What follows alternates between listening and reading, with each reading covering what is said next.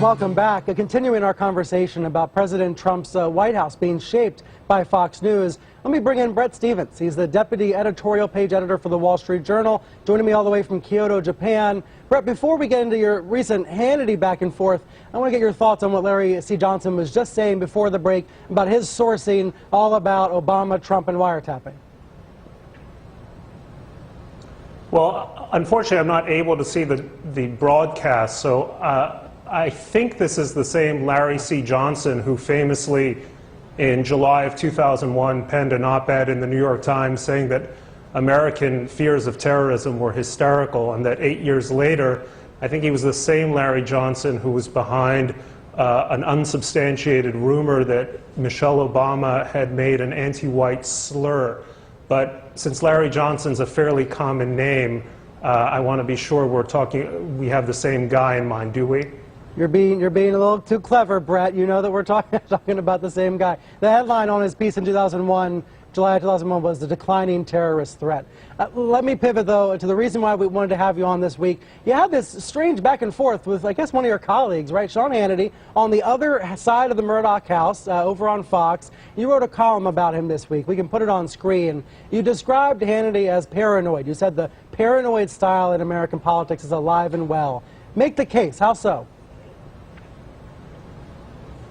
Well, actually, it wasn't about Hannity. I just used him as an example because he was purveying or suggesting that the CIA was conducting false flag or might be conducting false flag operations to spy on Americans while making it seem that the spying was being done by Russia, which to me is a classic example of what Richard Hofstadter in 1963 called the paranoid style in American politics. The idea that there is a deep state that is surveilling you, that is monitoring you, that's reading your email. And, you know, this is a kind of a phenomenon that's on the left as well as the right. It's been in Hollywood, but it's a lunatic phenomenon, and I think it's just interesting to see a ostensibly right-wing commentator offer a view that is worthy of, I don't know, a movie like The Parallax View from the 1970s. When a journal columnist is criticizing a Fox host and the Fox host responds and makes fun of you on Twitter, does that create tension inside the company? Well, I don't think so, because we're separate companies, and you know there was an interesting back and forth. His first tweet, yes, but they are separate companies. I mean, the Murdoch empire is a very vast empire, and Fox News and Fox was split from News Corporation several years ago. You know, his first tweet was with respect to my comparatively smaller number of Twitter followers, meaning that I was essentially a non-entity, which I found sort of amusing. If I'm such a non-entity, why is he reading and retweeting my piece? It's also the kind of sophomoric put-down that sort of bespeaks some larger set of insecurities on his part, whatever those might be. I tweeted back that my self-worth doesn't come from my number of Twitter followers.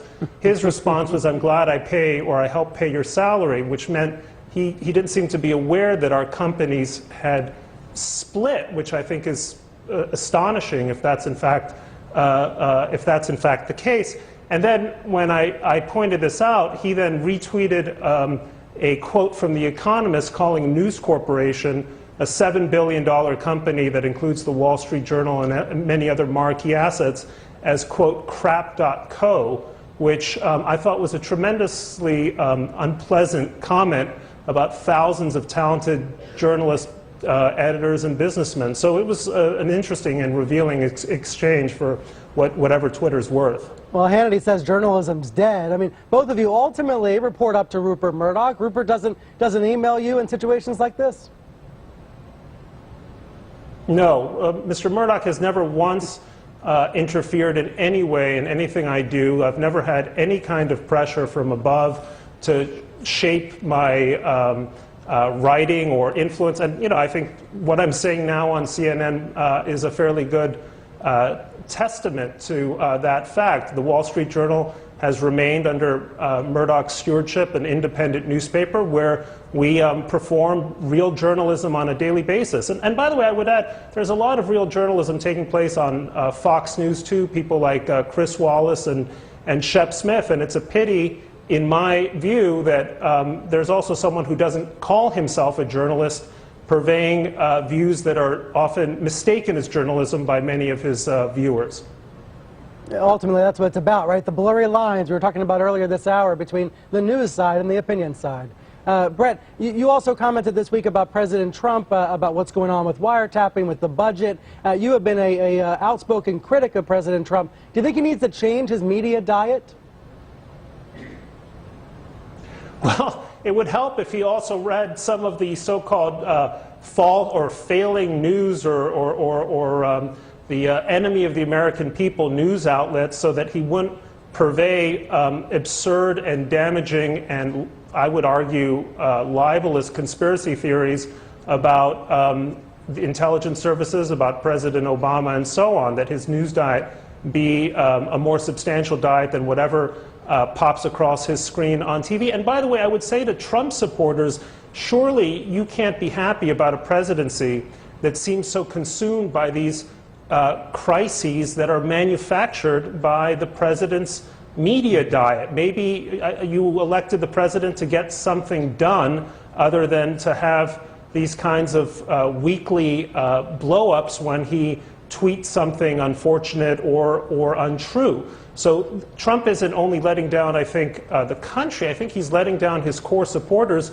who want to see the economy grow again, want to see the national conversation change, want to break through politics as usual. If I had voted for Trump, I'd be a disappointed voter, but of course I can't speak for them. Brett Stevens, thank you so much for joining me.